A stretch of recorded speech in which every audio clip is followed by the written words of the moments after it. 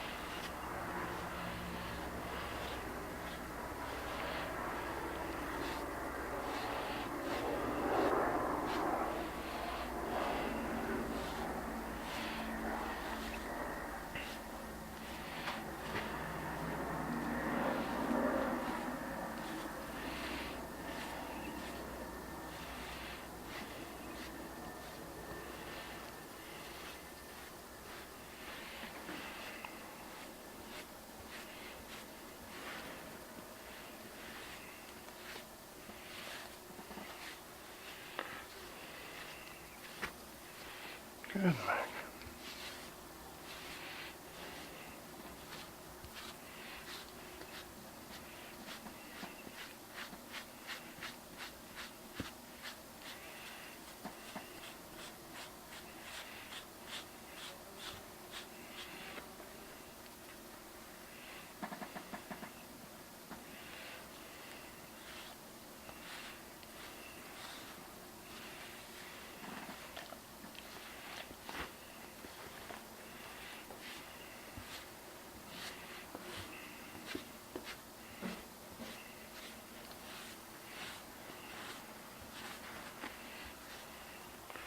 Good, we gotta do your other side over here. Get your leash. What else?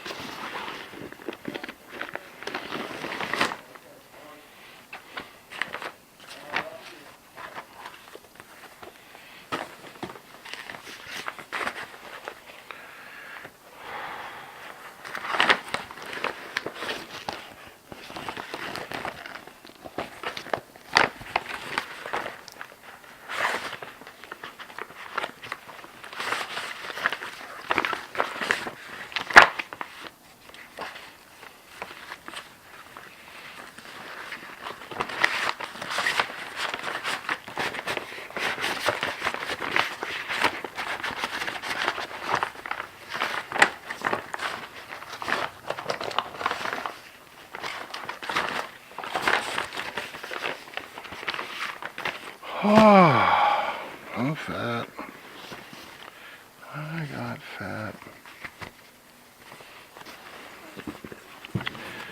Tired. Okay.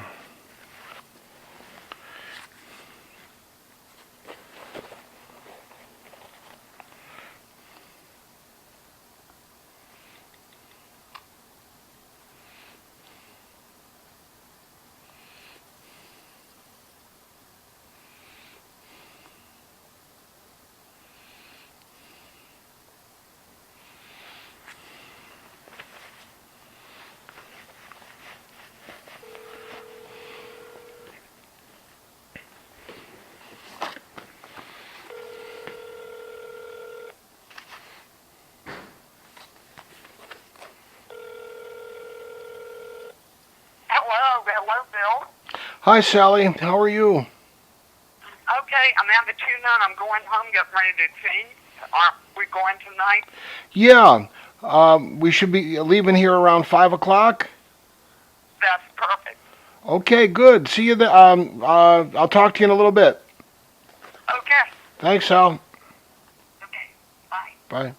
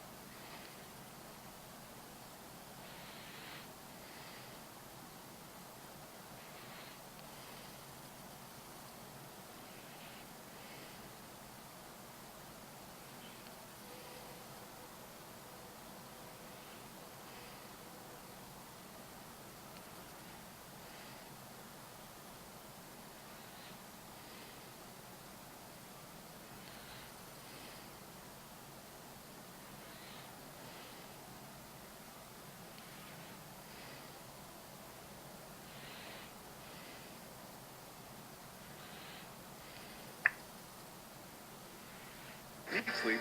Go to Mattress Warehouse because great deals are going on now through Saturday with next day delivery, unbeatable financing, and a 25% price guarantee or it's free. To find a store near you, check this weekend's paper or visit sleephappens.com. Very much a developing story. And the most recent reports are that Assad has said that he will, in fact, give up his chemical weapons and have them under international control. What is your reaction to that? Well, I think it's a very positive development. We have a key humanitarian interest in making sure that these chemical weapons are never used again by the Assad regime against his own people. But we also have a core national security interest in making sure that those chemical stockpiles don't get in the wrong hands. And when the Assad regime falls, it's entirely possible in the chaos, if that collapse is too precipitous, that those weapons could get in the hands of Al-Qaeda, Al-Nusra, Hezbollah. Putting them under UN supervision, which this proposal has the potential to do, would be an unmitigated positive for the United States on our national security. So I'm encouraged by the offer. I think we ought to aggressively pursue it. It may have been something put forward by the Russians to delay or to divide, but regardless, I think we would be wise to put a very serious effort behind making this happen. So I'm encouraged by these developments. You said that this whole idea of the Assad regime actually falling, does this, in fact, if he gives up his the chemical weapons, puts them under international control, would this, in fact, strengthen him? I mean, that's one argument that's being made, that the spotlight goes away from Assad, who has been involved in the civil war that has killed 100,000 people over these last 2.5 years. Well, I think that's plainly the Russian interest here. Right. The reason why they came to the table now, when they have vetoed or thwarted any kind of UN resolutions on Syria, even the most anodyne resolutions that would just condemn the use of chemical weapons without ascribing responsibility, they have thwarted. So why is Russia coming to the table now? Well, I think in part it's the credible threat of force. In part, though, it is to try to preserve the Assad regime. And they view the potential of a strike as destabilizing that could bring the regime down. They may have more confidence in that than the administration does. But in any event, I think that's part of their motivation. All of this points to a couple things, I think. One is our core interest in making sure these stockpiles don't get in the wrong hands. And this deal, if it can be put together, achieves that goal. But second, the regime will still need to be held accountable, and that may mean bringing Assad and those others that are responsible before a war crimes tribunal. But they shouldn't simply be able to get away with use of chemical weapons, with the only sanction being that they lose possession of those weapons. Right. Ultimately, I think they should have accountability before a war crimes tribunal. Talking to Adam Schiff, Democratic congressman out of California, I want to get your reaction to something that Senator Bob Corker said about Obama and his handling of this crisis. I really do think they've hurt our credibility around the world just in the muddled way that they have dealt with this Syrian issue. It's just a complete muddlement, if you will. And I don't know, the president just seems to be very uncomfortable being commander-in-chief of this nation. What do you make of his critique there? A, that this has been, I think his word was muddlement in terms of the administration selling of these strikes and explanation of the why for it, and this idea that Obama seems uncomfortable being commander-in-chief. I don't think the president is at all uncomfortable being commander-in-chief, and I think what the country is responding to is this is a very tough case to make for any president after the wars in Afghanistan and Iraq, after the experience we had. Do you think he's made the case well? I mean, I think his speech very much criticized by not only Democrats, Republicans too, for being muddled, for having almost too many reasons to go, and all of them sort of contradictory and unclear. Well, it was a tough address to give when the ground was shifting under all our feet with this last-minute proposal by the Russians. So difficult, to deal with when the speech was intended for one purpose, but the circumstances had changed on the eve of that speech. Right.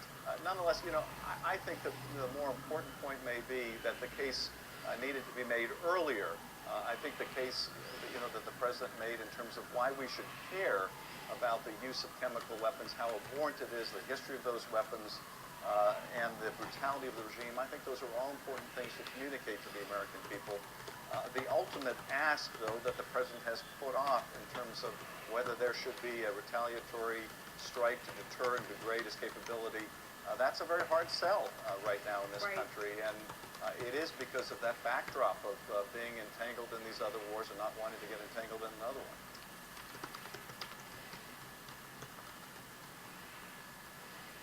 Need sleep? Go to Mattress Warehouse because great deals are going on now through Saturday with next day delivery, unbeatable financing, and a 25% price guarantee or it's free. To find a store near you, check this weekend's paper or visit sleephappens.com. The CIA, we're getting reports here that they have armed the rebels. These were sort of pledges made to the rebels months ago. They're finally being delivered. Just talked to David Ignatius, who talked to some rebels. They are responding very favorably. Russian President Vladimir Putin is criticizing the United States for relying on what he calls ineffective and pointless brute.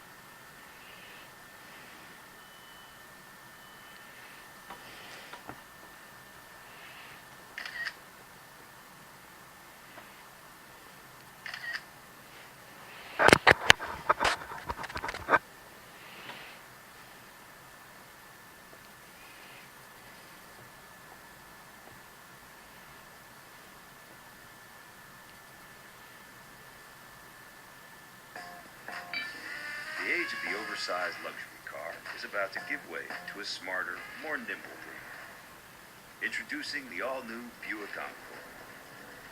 Clearly, the next big thing in luxury is small.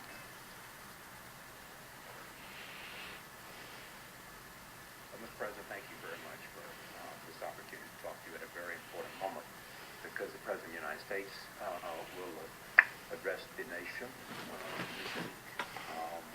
And as you know, important conversations taking place in Washington and important things are happening here in your country. Do you expect an airstrike? As long as the United States doesn't obey the international law and trample over the Charter of the United Nations, we have to worry that any administration, not only this one, would do anything. But according to the lies that we've been hearing for the last 2 weeks from high-ranking officials in this administration, we have to expect the worst. Are you prepared? We've been living in difficult circumstances for the last 2 years and a half, and we prepare ourselves for every possibility. But that doesn't mean if you're prepared, things would be better. It's going to get worse with any foolish strike or stupid war. What do you mean worse? Worse because of the repercussions, because nobody can tell what the repercussion of the first strike, or you're talking about one region, bigger region. It's not only about Syria. It's interlinked region. It's intermingled, interlocked, whatever you want to call it. If you strike somewhere, you have to expect the repercussions somewhere else in different forms, in a way that you don't expect. Are you suggesting that if in fact there's a strike, there would be repercussions against the United States from your friends in other countries like Iran or Hezbollah or others? Yeah, as I said, it may take different forms, direct and indirect. Direct when people want to retaliate, or governments. Indirect when you're going to have instability and the spread of terrorism all over the region that will influence the West directly. Have you had conversations with Russia, with Iran, with Hezbollah about how to retaliate? We don't discuss this issue as a government, but we discuss the repercussions, which is more important because sometimes repercussions could be more destroying than the strike itself. Any American strike will not destroy as much as the terrorists has destroyed in Syria. So sometimes repercussions could be many doubles the strike itself. but some have suggested that it might tip the balance in the favor of the rebels and lead to the overthrow of your government. Exactly. Any strike will be as direct support to Al-Qaeda offshoot that's called Al-Nusra, Jabhat al-Nusra, and the Islamic State of Iraq and Syria. You're right about this. It's going to be direct support. This is about chemical warfare, and let's talk about that. Do you approve of the use of chemical warfare? What do you mean? The use of chemicals, deadly Do chemicals? I think that we have to use those? Or No, do you think that it is an appropriate tool of war to use chemicals? the chemical? Yes. We are against any WMD, any weapons of mass destruction, whether chemical or nuclear. And So you're against the use of chemical warfare? Yeah, it's not only me. As a state, as a government, in 2001, we proposed to the United Nations proposal to empty or to get rid of every WMD in the Middle East, and the United States stood against that proposal. So this is our conviction and policy. But you're not a signatory to the chemical warfare Not yet. agreement. Not Why yet. not? Because Israel has WMD and it has to sign, and Israel occupying our land. So that's why we talked about Middle East, not Syria, not Israel. It should be comprehensive. Do you consider chemical warfare equivalent to nuclear warfare? I don't know, we haven't tried either. Yeah, but you know you're a head of state and you understand the consequences of Do you mean weapons that don't discriminate, technically that they're are not. beyond. Yeah, technically they're not the same, but But- morally it's the same. Morally, they're the same. They have the same, but at the end, killing is killing. And it's Mass killing indiscriminate. is mass killing. Yeah. Sometimes you may kill tens of thousands or hundreds of thousands with very primitive armaments. Then why do you have such a stockpile of chemical weapons? We don't discuss this issue in public because we never said that we have it, and we never said that we don't have it. It's a Syrian issue. It's a military issue. We never discussed in public with anyone. This is from the New York Times this morning. Syria's leaders amassed one of the world's largest stockpiles of chemical weapons with help from the Soviet Union and Iran, as well as Western European suppliers, and even a handful of American companies, according to American diplomatic cables and declassified intelligence records. You have amassed one of the largest supplies of chemical weapons in the world. To have or not to have is a possibility, but to depend on what the media say is nonsense. Or to depend on some of the reports of the intelligence is nonsense, and that has proven when they invaded Iraq 10 years ago, and they said Iraq has stockpile of WMD, and it was proven after the invasion that was false. It was fraud. So we cannot depend on what one magazine wrote. But at the end, I said it's something not to be discussed with anyone. You accept that the world believes you do have a stockpile of chemical weapons. Who? The world, We the did United discuss it. States, and other powers who also have chemical weapons. It's not about what they believe in. It's about what the reality that we have. And this reality, we own it. We don't have to discuss it. Speaking of reality, what was reality on August 21st? What happened in your judgment? We're not in the area where the alleged chemical attack was happened. As it alleged, we're not sure that anything happened. Even at this date, you are not sure that chemical weapons, even though you have seen the videotape, even though you've seen the bodies, even though your own officials have been there. I haven't finished. Our soldiers in another area were attacked chemically. Our soldiers. They went to the hospital as casualties because of chemical weapons. But in the area where they said the government used chemical weapons, we only had video and we only have pictures and allegations. We're not there. Our forces, our police, our institutions don't exist. How can you talk about what happened if you don't have evidences? We're not like the American administration. We're not social media administration or government. We are the government that deals with reality. Well, when we have evidences, we will announce. Well, as you know, Secretary Kerry has said there is evidence that they saw rockets fired from a region controlled by your forces into a region controlled by the rebels. They have evidence from satellite photographs of that. They have evidence of a message that was intercepted about chemical weapons, and that soon thereafter there were other intercepted messages. So Secretary Kerry has presented what he concludes is conclusive evidence. No, he presented his confidence and he presented his convictions. It's not about confidence. It's about evidence. The Russians have completely opposite evidence that the missiles were thrown from area where the rebels controlled. That reminds me about what Kerry said, about the big lie that Colin Powell said in front of the world on satellites about the WMD in Iraq before going to war, when he said, this is our evidence. He gave false evidence. In this case, Kerry didn't even present any evidence.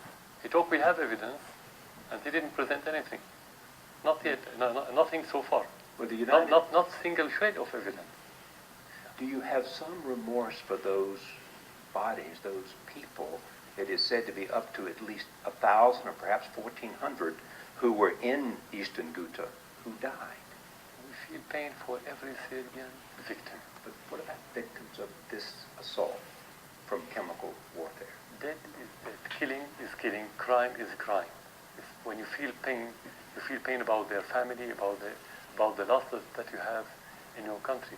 Whether one person killed, or 100, or 1,000. It's a loss. It's a crime. It's a moral issue. We have family that we sit with, family that they love their dear ones. It's not about how they killed. It's about they are dead now. This is the bad thing. Has there been any remorse or sadness on behalf of the Syrian people for what happened?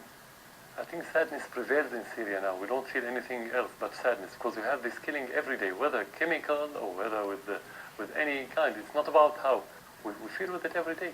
But this was indiscriminate, and children were killed, and people who said goodbye to their children in the morning didn't see them and will never see them again. You mean which? In Ghouta. In Ghouta? Yes. That's the case every day in Syria. That's why we have to stop the killing. That's why we have to stop the killing. But what indiscriminate you're talking about? Well, the fact that chemical warfare is indiscriminate in who it kills. Do you have evidence that there was innocents as well as combatants? Yeah, but you're not talking about evidence now. You're not talking about facts. We are talking about allegation. So we're not sure that if there's chemical weapon used and who used it.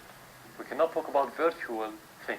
We have to talk about facts. It is said that your government delayed the United Nations observers from getting to Ghouta, and that you denied and delayed the Red Cross and the Red Crescent from getting there to make observations and to help. The opposite happened. Your government delayed because we asked for delegation in March 2012 when the first attack happened in Aleppo in the north of Syria, and they delayed it till just a few days before Al-Ghouta when they sent those team. And the team itself said in his letter, in his report, that he did everything as he wanted. There was not a single obstacle. But they have said they were delayed in getting there. They wanted to be there earlier. No. There was a conflict. There was fighting. There was shooting. That's it. We didn't prevent them from going anywhere. We asked them to come. Why to delay them? Even if you want to take the American story, they say we used the chemical weapons the same day the team or the investigation team came to Syria. Is it logical? It's not logical. Even if a country or army wanted to use such weapons, he should have waited a few days till the investigation finished its work. It's not logical. The whole story doesn't even hold together. We'll come back to it. If your government did not do it, despite the evidence, who did it? We have to be there to get evidences, like what happened in Aleppo when we have the evidences. And because the United States didn't send the team, we then send the evidences to the Russians. But don't you want to know the answer if you don't accept the evidence so far as to who did this? The question, who threw chemical missiles the same day on our soldiers? That's the same question. Definitely not the soldiers. Soldiers doesn't throw missiles on themselves. So either the rebels, the terrorists, or third party. We don't have any clue yet. We have to be there to collect the evidence, and then we can give answers. Well, the argument is made that the rebels don't have the capability of using chemical weapons. They do not have the rockets, and they do not have the supply of chemical weapons that you have, so therefore they could not have done it. No, first of all, they have rockets, and they've been throwing rockets on Damascus for months. That carry chemical weapons? Rockets in general. They have the means. First. Second, The sarin gas that they've been talking about for the last 2 weeks is very primitive gas. You can have it The done. sarin gas. Sarin gas. You can have it done in the backyard of a house. It's very primitive gas. So it's not something complicated. But this was not primitive. This I is mean, second. This was a terrible use of chemical weapons. Third, they used it in Aleppo in the northern of Syria. Fourth, there's video on YouTube where the terrorists clearly make trial on a rabbit and kill the rabbit and said, this is how we're going to kill the Syrian people. Fifth, there's a new video about one of those women who they consider as a rebel or fighter or whatever, work with those terrorists, and she said they didn't tell us how to use to use the chemical weapons, and one of those weapons exploded in one of the tunnels and killed 12. That's what she said. Those are the evidences that we have. Anyway, the party who accused, he's the one who has to bring evidence. The United States accused Syria, and because they accused, you have to bring evidence. This, first of all, we have to find evidences when we are there What as evidence government. would be sufficient for you? What evidence? Would be sufficient? What evidence For would example, prove the case for for example, you? in Aleppo, we had the missile itself, and the material, and the sample from the sand, from the soil, and the sample from the blood. But and the argument is made that you bombarded, your forces bombarded Ghouta soon thereafter with the intent of covering up evidence. Okay, how could bombardment cover the evidence? Technically, it doesn't work. How? This is stupid, to be frank. This is very stupid. But you acknowledge the bombardment. Of course, there was fight. That happened every day. Now you can have it. But let's talk. They have indication. Let me just finish this point, because how can you use WMD while your troops only 100 meters away from it? Is it logical? It doesn't happen. It cannot be used like this. Anyone who's not military knows this fact. Why do you use chemical weapons while you're advancing? Last year was much more difficult than this year, and we didn't use it. There is this question too. If it was not you, does that mean that you don't have control of your own chemical weapons, and that perhaps they are falling into the hands of other people who might want to use them? That implies that we have chemical weapons first. Yes. That implies that it's being used second.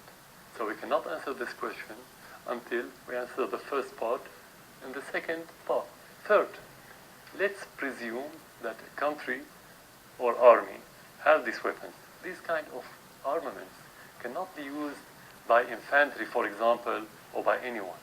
These kind of armament should be used by specialized units. So it cannot be in the hand of anyone. Well, exactly, and that's the point. Which is controlled centrally. So you were saying that if in fact your government did it, you would know about it and would have approved it. I'm talking about general case. Okay, Everywhere but generally in you're the saying world. if in fact it happened, I would have known about it and approved it. Generally. That's the nature of in centralized every power. in every country, yes. And we are part of every country. I'm talking about the general rules. Because I cannot discuss with this point with you in details unless I'm telling you what we have and what we don't have. Something I'm not going to discuss, as I said at the very beginning. Because this is a military issue that could not be. Do you question the New York Times article I read to you? What do you Saying that you had a stockpile of chemical weapons? You're not denying that. No, we don't say yes, we don't say no, because as long as it's classified, it shouldn't be discussed, whether yes or not. The United States is prepared to launch a strike against your country because they believe chemical weapons are so abhorrent that anybody who uses them crosses a red line. And that therefore, if they do that, they have to be taught a lesson so that they will not do it again. What red line?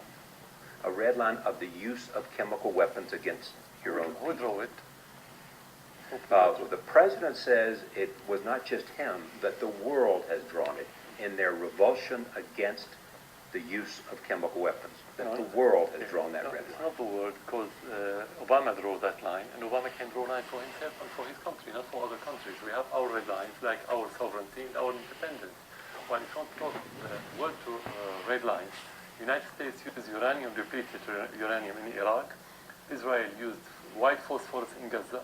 And nobody said anything. What about the red lines? We don't see red lines. It's political red lines. The president is prepared to strike. and perhaps we'll get the authorization of Congress or not. The question then is, would you give up chemical weapons if it would prevent the president from authorizing?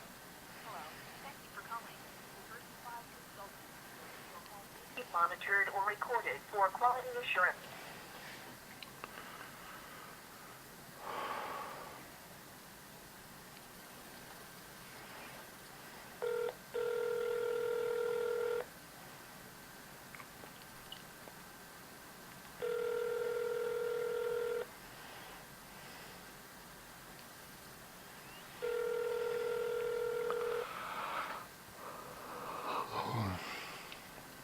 Hello, Bill. I'm ready. I'm getting ready to go downstairs. Okay, Sally. Okay. Thanks. Bye. Bye.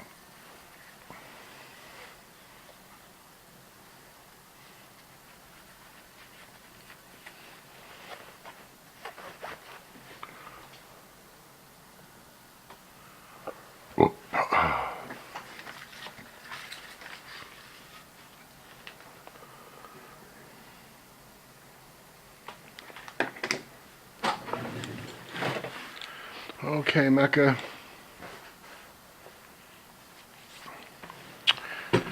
Up we go. Oh.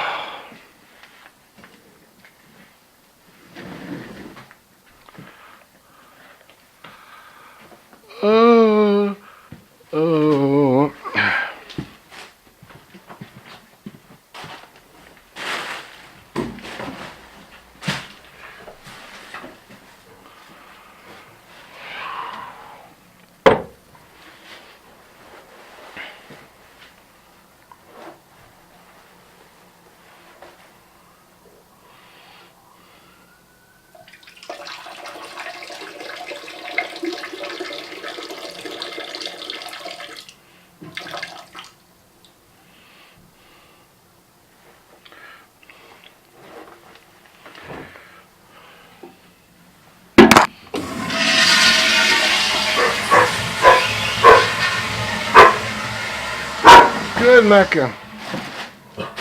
Good, Mecca. Perfect. Be ready, Mecca. Okay, coming. Good, Mecca. Okay. Good.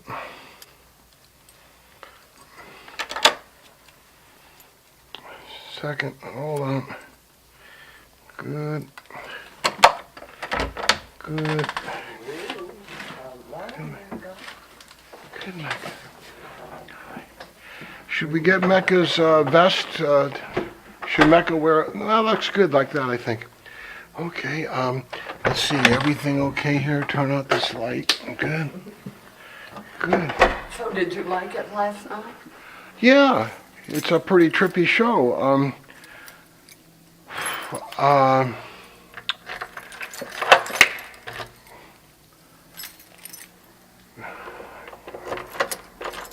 Good. Okay. Yeah, you look great, Sally. Wow. Thank you. Haven't worn this in a couple of years. Oh. Good, Mecca. Yes, you're going to the ballet. We are going to the ballet.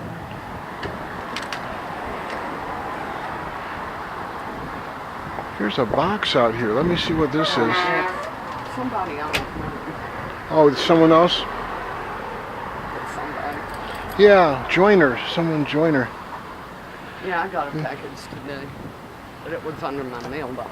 Okay, good. Hi. Yes, isn't it a beautiful day now? So much nicer than it's been. Yeah.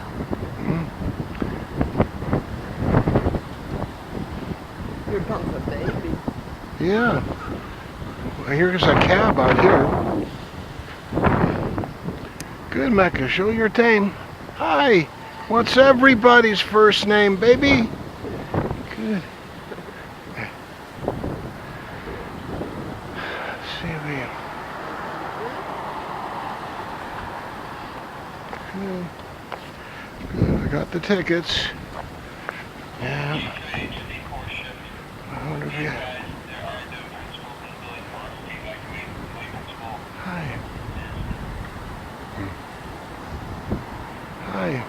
Taxi. Hi. A service animal? Service dog.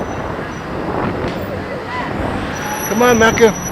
Yeah, I have a letter from my doctor. It's a service animal. I don't know whether I should take it or not. We're going to the Kennedy Center. Yeah. Okay. Thanks. Okay, come on in. After you, Sally. Thanks. Good. Come on, Mecca. Good. Good. Come on in. Behave. Nope, not yet. There we go. Very well. Good, Mecca. You know, like blind people have service dogs. He's not blind, but he needs. That's what I feel. I didn't see any. No, but he still has a certificate. So what was scientifically interesting about Nadine was He's on a its company. resilience, despite the Yeah, all the Everywhere disabilities. you go, you take with you. Yeah. With you. Uh-huh. You never leave him at home. Even No, though no, Nadine like had a traveled blind far person. north, No it retained a kidding. mass of warm He's air always at its core accompanying you. that gave Yeah. it the ability to re-strengthen Isn't quickly that when good? conditions became more favorable. This year, scientists are using the drones to study something called How the old is Saharan he? air layer. Oh, young still, but it's good news. He looks old. Her. Oh, she The is. Saharan air layer She interacts looks with old. waves of When you low look at pressure her air that body, can turn into I mean, her hurricanes as they hair, head maybe. across the No, Atlantic. she's only some have not even argued two. that Is she? No the kidding. Saharan layer is actually Is she favorable gonna grow for up both of more? those waves and No, also they get full for the size in moment 6 months. of tropical cyclones because it provides an energy source. Hot air, which What is is good their for our air speciality is about also this dry, dog? which is bad. Well, the Afghan hound breed would train to be the hunting dog for the royal family in Afghanistan. Oh my Because it goodness. involves weather thousands of miles So it from is the an US. Afghani Brown says having the global species? hawk should help. Yeah, That allows us to get a very ancient breed. very early stage when the Saharan air layer is Very most interesting. interacting with storms. So we're getting to storms much earlier in their life cycle than we would if we had So to these wait are to get not out to the western dogs that you would Brown see says in the the street global of hawks have spent much of the past Kabul, couple of but weeks they flying are over and very around well Tropical highly Storm Gabrielle as it place turned down settled. the East Coast. Yeah, I think they're becoming more and more scarce. Scientists understand why some tropical storms quickly Because intensify there's into no more hurricanes while others don't. kingdom in And the Afghanistan National Hurricane anymore. Center has already Yeah, they need a lot of open room. They can run, and there's less and less open room. Atmospheric They don't have Administration it says these that days. shows how drones could play an important Afghanistan role is a in sad weather story. forecasting. But I really see the global hawk as bridging the gap between aircrafts and satellites. You're now able to fly at altitudes, get coverage comparable to what you And how's your family, should I ask? well over Yes, that fine. system. Good. I'm from Ethiopia. Alhamdulillah. Those detailed measurements. At a cost. I lived here many Global years. hawks go for more than $100 million each, not counting research and development. John Hamilton, NPR News. And how are things in Ethiopia now?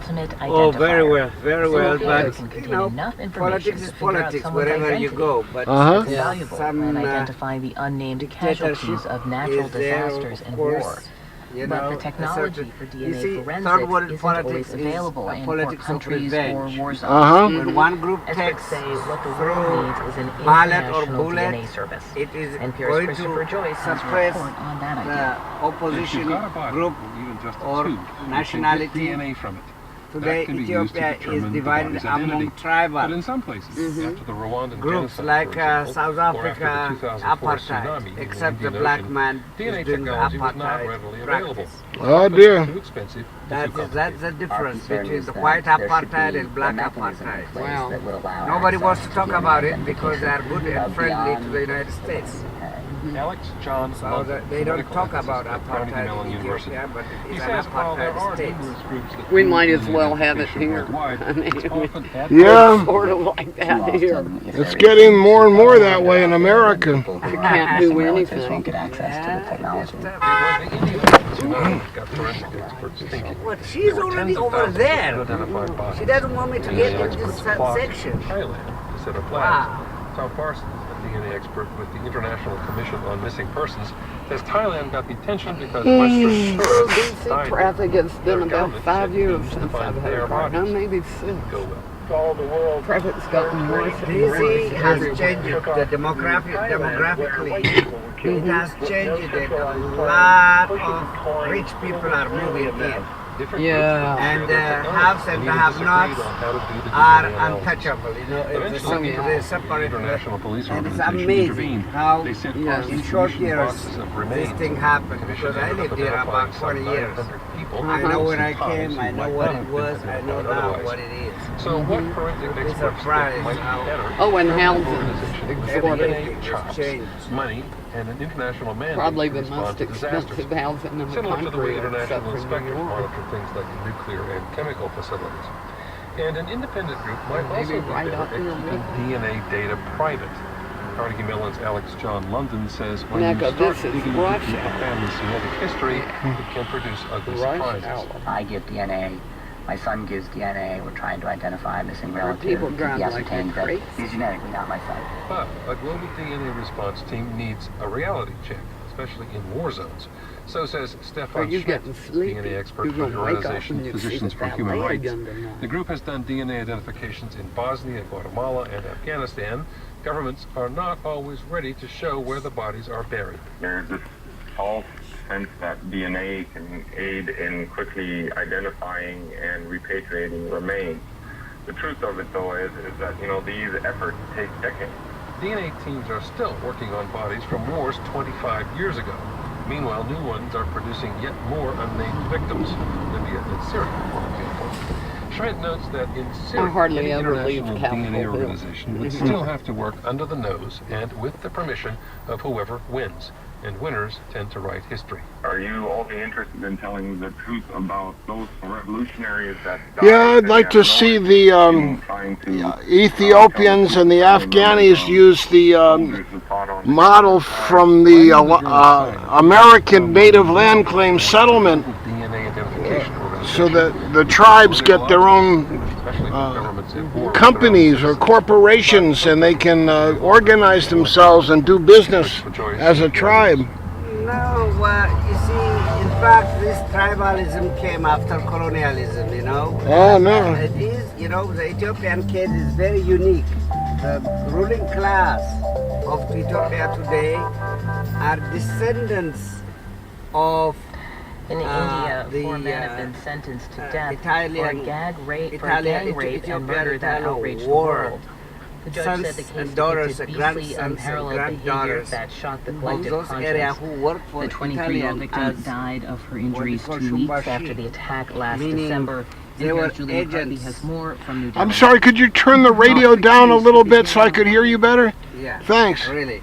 What happened is these people that turned the country into tribal forces are children of we call them Banda. Banda means one who works against the interest of his country by allying itself with colonizers. I don't know what you call them here. They are Bandas. They are about the same thing. Grandsons and granddaughters of the Bandas of the 1930s. And these children have known how the Italians wanted to rule the country by dividing along linguistic and tribal area. I They see. divided Ethiopia into 7 or 8 things.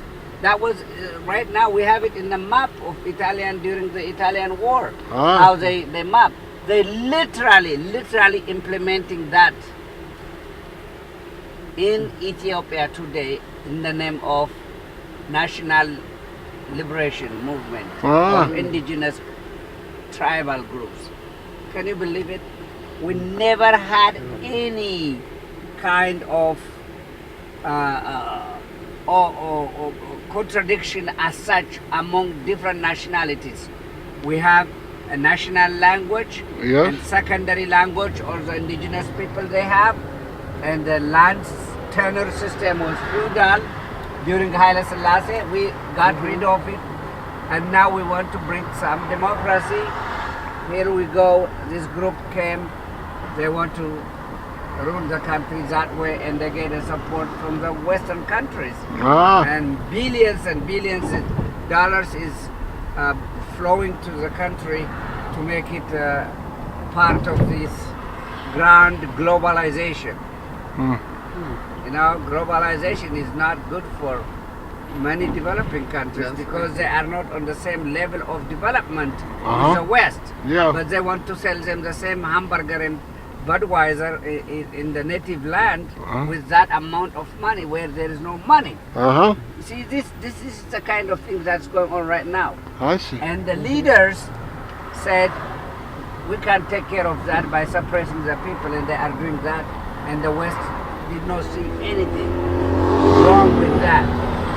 But they want to go to Iran or Syria to do some unnecessary things. I think they're good for the whole world, you know.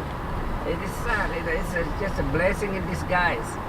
You know, I'm an American, I'm proud, and yet I see when my country does the things that we always say we don't have, we have to protect the people, but they are supporting the people who are oppressing other people. It's very sad. Politics is bad. I left my country because of politics. All these injustices, I don't want to see it.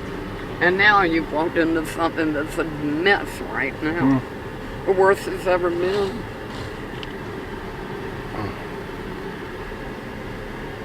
In my lifetime. Well,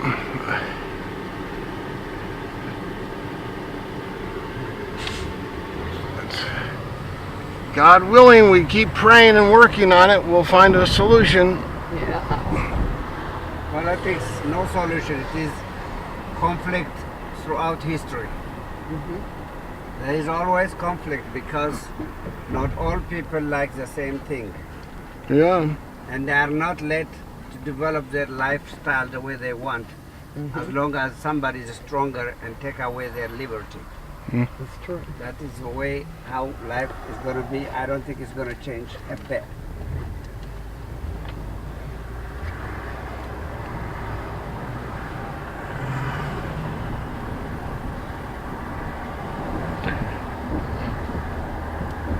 Is your family okay?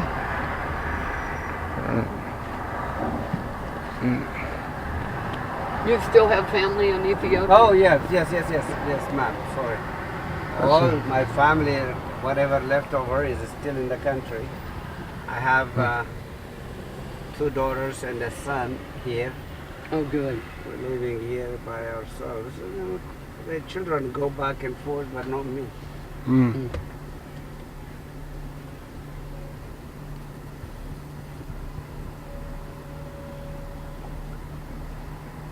Sweet as you can be.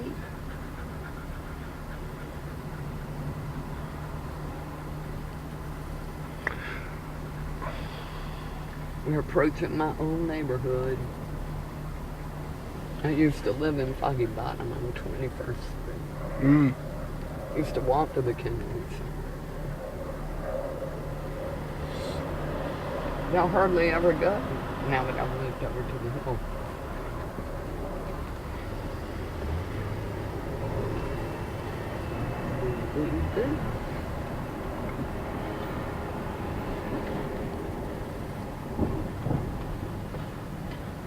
Here are the skateboarders. Yeah, those kids they break their neck, you know, for nothing. Yeah. It's too much, you know. I wouldn't do that. I mean, they try to limp on the stairs and down for. I know. That's fine from mountain down, you know, those acrobatic. That's fine. But this is the most dangerous one. Oh, I know. They are just making the city taxpayers more to pay for fixing whatever they do. Yeah, they really tear up the national money. Terribly. You see them cheap everywhere. What's up, Mecca?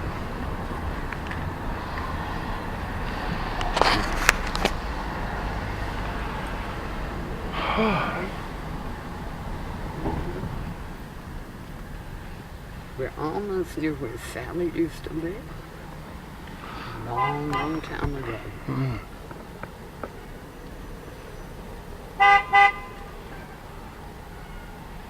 You can't change because he wants to go straight.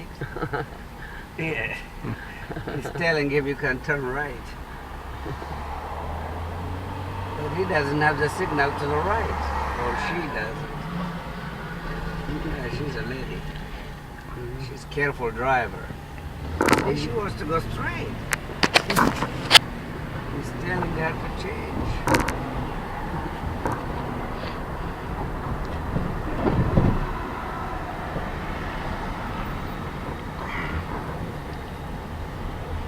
Yeah, here's Sally's old place. Up there. Wow.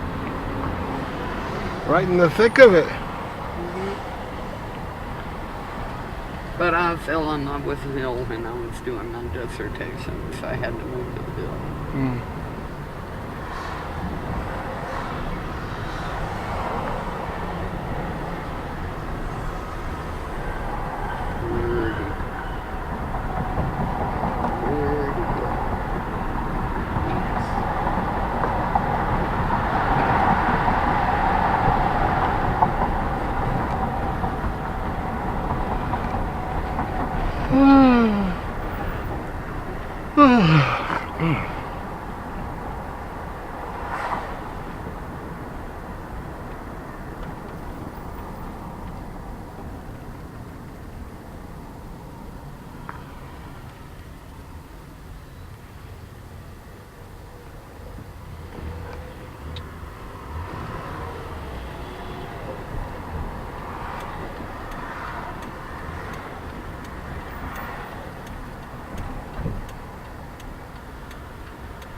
When I was a kid, I think the Watergate used to be, a part of it used to be a hotel.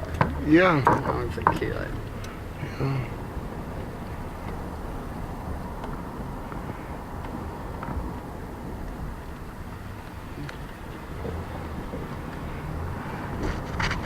Yeah, Watergate and the Kennedy Center are very close together.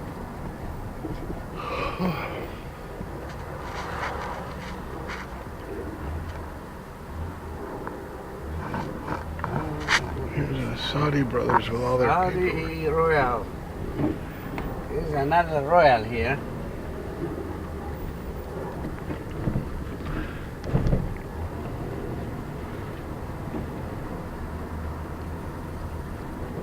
Which building are you at?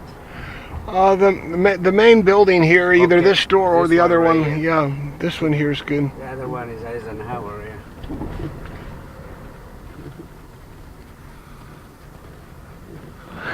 Let's see, 14, 15, 16. What do we owe you? 1422. Okay, here, let me get out to get my pockets. Take your time, take your time.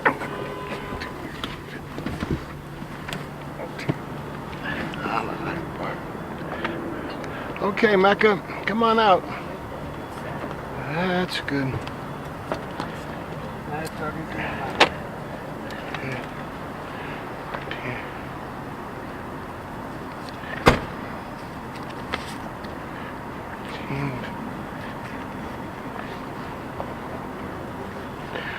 Could I get a dollar back from you and a receipt, please? Sure.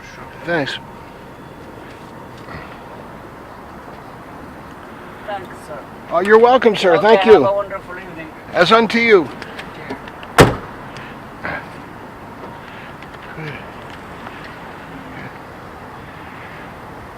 Well, we're plenty early,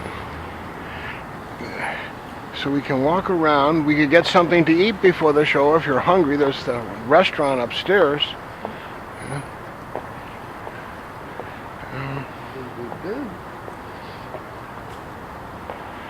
Good, Mecca. Let's see here. This is an automatic door here, Sally. Good. Good evening. Good evening.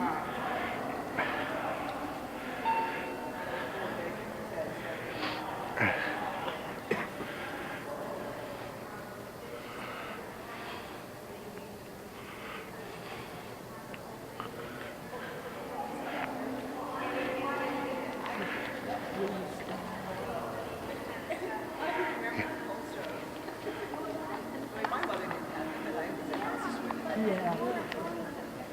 She is. Hi. How are you, Mecca? She's excited to come to Kennedy Center. Yeah. She is. Okay, Mecca. Afghan. Her name is Mecca. Yep. Thanks, Sally. Oh, hello. I know she's gorgeous. Oh, young, yeah. They get full size in 6 months, and then they sort of grow into it. Well, they mature into it. She's a lovely. She is. Yeah. She's very calm, which I like. Yeah.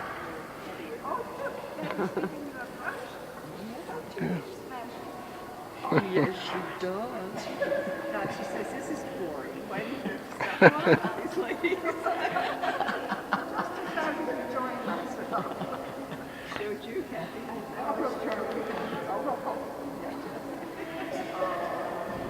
Have a nice walk. That's unto you. Thanks.